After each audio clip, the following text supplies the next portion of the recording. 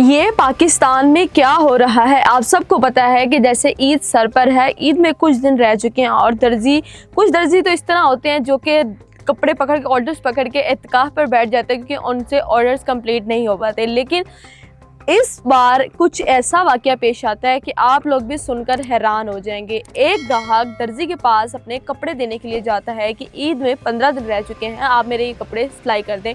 तो दर्जी का आगे से वही जवाब होता है कि एंड के दिन आ गए हैं, मेरे पास बहुत ज़्यादा काम पड़ा हुआ है, मैं वो काम नहीं कर सकता। तो ग्राहक तैश में आ जाता है, गुस्से में आ जाता है और उसने उस दर्जी को कत्ल कर दिया। और दर्जी का जो शागिर्द था उसको भी तशद्दुद किया और उसको भी तशद्दुद का निशाना बनाया। दर्जी तो जान भाग हो गया। लेकिन अगर हम बात करें शागिर्द की जो कि अभी इस टाइम शदीद ज़ख्मी हॉस्पिटल में मौजूद है, हम लोग बात करते हैं कि ये वो दर्जी हैं जिनके पास एंड के दिनों में इतना काम होता है कि मुश्किल हो जाता है इनके पास वो काम कंप्लीट करना जो कि ग्राहकों ने इन्हें दिया होता है। लेकिन क्या है कि हमारे जो ग्राहक हैं, हम इंसान, अगर मैं अपनी भी बात करूं तो हम इस चीज़ को नहीं समझते कि ये दर्जी आखिरकार मेरा काम क्यों नहीं कर रहा।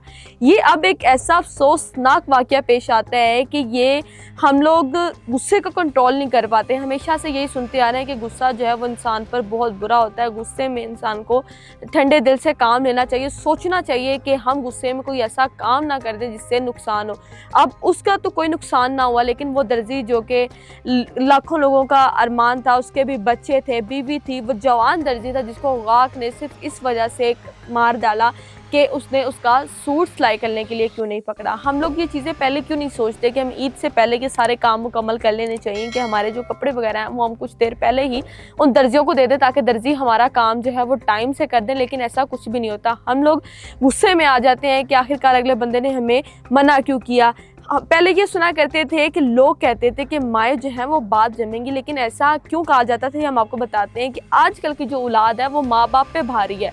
माएँ अपनी औलाद से डरती हैं, अपने बेटों से डरती हैं, और वो बेटे जो बाहर गुंडागर्दी करते हैं, बदमाशी करते हैं, लोगों को लोग नहीं समझते, इंसान को इंसान नहीं समझते, उनको ये समझते हैं कि ये बंदा हमारा ग़ुलाम है, ये हमारा ग़ुलाम है, ये हमारा काम करेगा और हम तभी इसके साथ। आप मुझे बताएं कि आजकल पाकिस्तान में 100 में से 90% वो बच्चे पाए जाते हैं जो कि बाहर गुंडागर्दी कर रहे हैं, बदमाशियाँ कर रहे हैं, लोगों को ज़लील कर रहे हैं। ये कत्ल गारत तो आम हो चुकी है। ये अफसोस की अफवाह जो है ये हर जगह फैल चुकी है। लेकिन लोग क्या करते हैं, उन्होंने जवान जनरेशन, जो न्यू जनरेशन हमारी आजकल की जनरेशन है, वो गुस्से को कंट्रोल नहीं करती और इसकी वजह से लाखों इंसानी जानें जो हैं वो यहाँ से चली जाती हैं।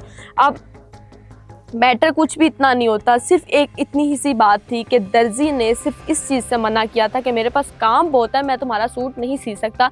इसी बात पे गाहक ने गुस्से में आके उस दर्जी को मार डाला।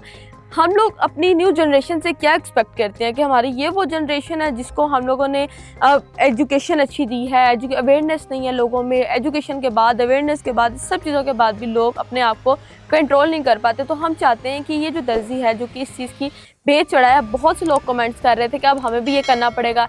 बहुत से दर्जी जो इन वजह से इन प्रेशर में आके लोगों से डरने लग चुके हैं, लेकिन वो दर्जी भी इंसान है जो कि इन दिनों दिन रात बैठकर काम करता है। आज के प्रोग्राम के हवाले से क्या रहा है लाजमी कमेंट सेक्शन में बताइएगा। मिलते हैं आपसे एक अगले नए व्लॉग में।